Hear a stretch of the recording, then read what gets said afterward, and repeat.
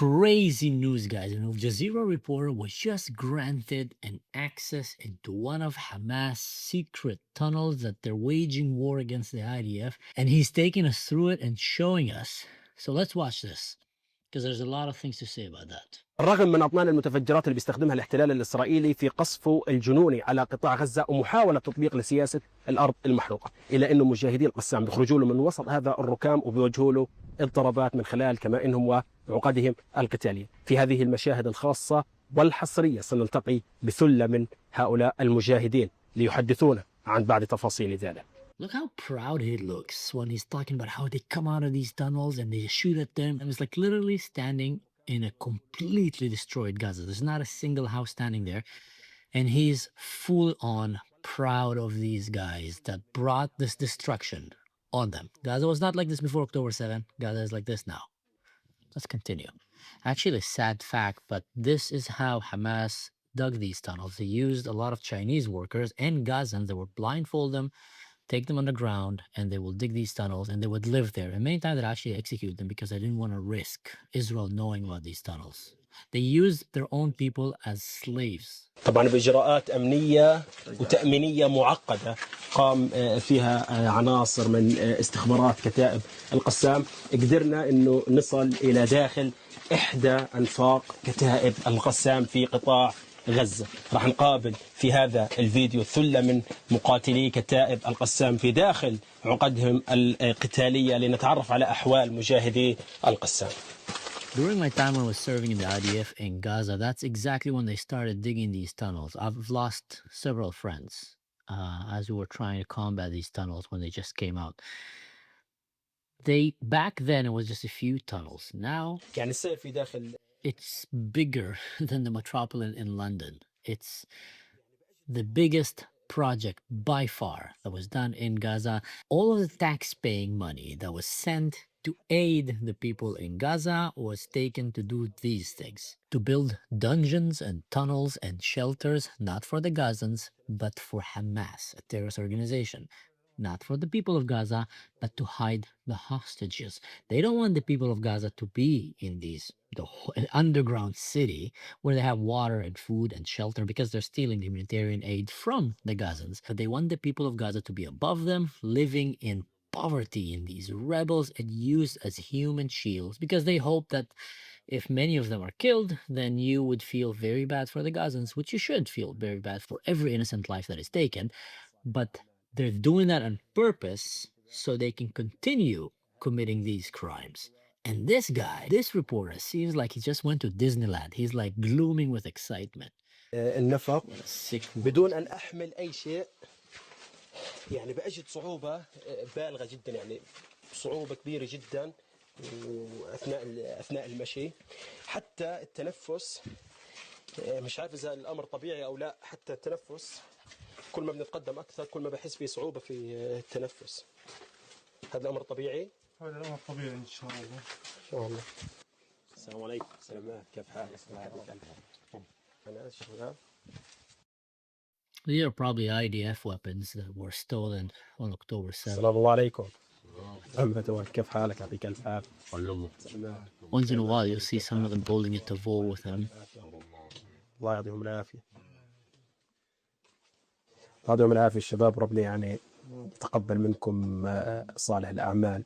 لكن يعني اللي بيلفت الانتباه في هذا المشهد هو سلاح المعروف Isn't Al Jazeera a Qatari official news company? Didn't Qatar fund October 7? The same October 7 that Hamas kidnapped American citizens. So Qatar basically paid money to kidnap American citizens, and then Qatar tells Hamas which hostage to release, which not. Wait, did Donald Trump just go and meet with Qatar and say that they're best friends now, and then they gave him lots of money, and then they gave him an airplane, very expensive one? But yeah, I mean, who cares about these things? These are small details, right? Let me remember, did Hamas kidnap American citizens? So also Qatar paid for that. Qatar are the friends of the US. Obviously, I mean, they're not supporting terrorists who are enemies of the US. They're not paying universities in America to try to bring down America from inside. Yeah, no, they got a lot of money. They got a lot of money. And they have weird videos with girls doing stuff with their hairs. Crazy world.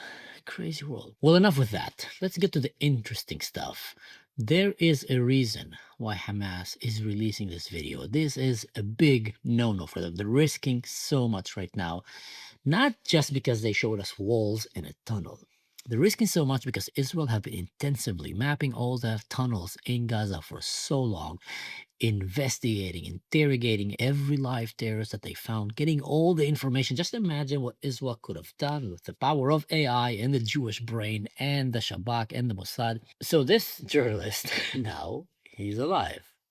He is walking somewhere. He's probably going to have to eat falafel or shawarma anytime soon. He might have got a few packages of US aid food that Hamas stole from the civilians, so they might have given him a few of that. Obviously, Hamas is very afraid of releasing a video like that. But still, they chose to do that right now. And the reason is because they're losing the support of their people. When Israel is intensifying the fighting in Gaza with Gideon chariots, Hamas is obviously like the coward they are, ran under the ground, and they don't have their goons to walk the streets now and just kill their own civilians and enforce on them the reign of terror that Hamas is doing to its own people. And now the people are again going in the streets and saying, enough with this war, enough with Hamas, you destroyed our life, we have nowhere to live. We're starting to see videos surfacing showing a guy, freely talking about how Hamas destroyed his life and how, it's hell on earth and there's not a single house there. Let me show you this video. I translated it for you. من أعظم الانتصارات اللي احنا حققناها في حرب 7 أكتوبر إنه اليهود ما خلوناش ولا دار كله نايم منوم يعني للأمانة عندهم عدل لا حدا أحسن من حدا ولا حدا يتشمت في حدا. Wow, look, not a single house that you can live in. تقلقوش. طبعا احنا بنشكر اليهود وبنشكر حماس اللي جابت لنا الحرب عن جد للأمانة إشي. Even if the war stops right now, they can't live like this. The amount of disease and sickness and safety hazard تفرج is just insane. هذا نقطة من بحر يعني الباقي. لسه في أحياء انبادت على اللي فيها واللي في قلبها واللي شكرا يا الله شكرا حماس شكرا إسرائيل وشكرا إن إحنا ضلنا عايشين في غزة. سلام. He spits in the end. See, so this is a clear criticism of Hamas. We would not be hearing these things before. We only hear that when Israel goes there and start, beating the cow poop out of Hamas, and then they hide, and then the Gazans feel a little bit confident to come and speak and say, look at our miserable situation, look at our life, look at what Hamas have done to us. Now, I'm not saying that he loves Israel. He's probably saying, look what Israel done to us. But you know what? When you go and invade a country, kidnap their children, rape their women, burn their families alive, then kidnap their babies as hostages, and then start giving one another baklawas and celebrating in the streets that this is the best day of your life, then you don't have the privilege of complaining when Israel comes and completely destroy your country because you're refusing to give back the hostages and you keep saying that you want to do October 7 again and again. Either way, Hamas, realizing that they're losing the grip over the people of Gaza, they're losing the grip over a lot of Muslims around the world as well. I mean, not the majority, I would say, but quite a lot, because they're seeing how ridiculous these guys are and how obsessed they are with holding the hostages while they're destroying their own country. People in Gaza are being terrified right now because Israel is about to punish them with the help of America with the biggest punishment that he can do to the Muslims, which is to take their land. See, in Islam, expanding Islam to the global world, making the whole world under Sharia is one of the biggest, most important things that Islam have. So they would rather have these people die in Gaza, we're talking about the Arab League, than let them give up land that is not going to be under Sharia law anymore. That's why Islam calls the world Dar al-Harb, Dar al-Islam, the house of war, the house of Islam, the house of submission, by the way. And they don't call conquering the world conquering, they say futuh. Futuh from Arabic is the name for opening. They say that the world is in darkness and Islam is here to open the world to the light of Islam. So for them to have a place that was already opened to the light of Islam, obviously under Sharia law and extreme poverty, hypocrisy, savagery, corruption, depriving women and covering them all up and using them as, objects, depriving free speech and depriving anything that, we cherish in the West so much, and allowing some warlords and to take advantage of religion so they can oppress everyone around them. So obviously Islam doesn't want to give up that. They doesn't want, because that's the light in their eyes. They want to keep the futuh, and they don't want to make it Dar al-Harb again, which is the house of war, because then they need to go and fight and bring it back. That is literally, guys, how Islam, I'm talking right now as a global religion based on a lot of the hadith and the Quran and the interpretation of the Prophet Muhammad and the command that he gave to go and basically conquer the world and make the whole world Muslim, because they see themselves as the last religion on this earth, as the seal of the Prophet, and this is how every human should live, and anyone who doesn't live like this is a kuffar. Hamas, seeing the situation right now, they felt desperately in need for a good PR to show what kind of a hero they are and who is the best agent to help them get the best PR they can. Qatar, Al Jazeera. And hence is why Al Jazeera is banned from most Muslim countries around the world. I don't know if most, but from quite a lot of them.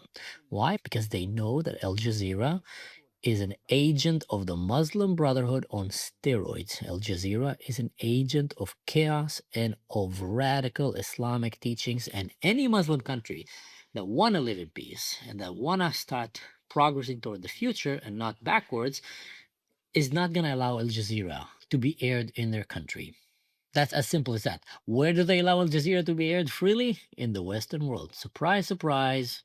Hence, you have all these pro-Palestine demonstrations who seems to also support Nazi ideology, and it seems to be very much against the West, against democracy, and want to see the collapse of the West as we know it.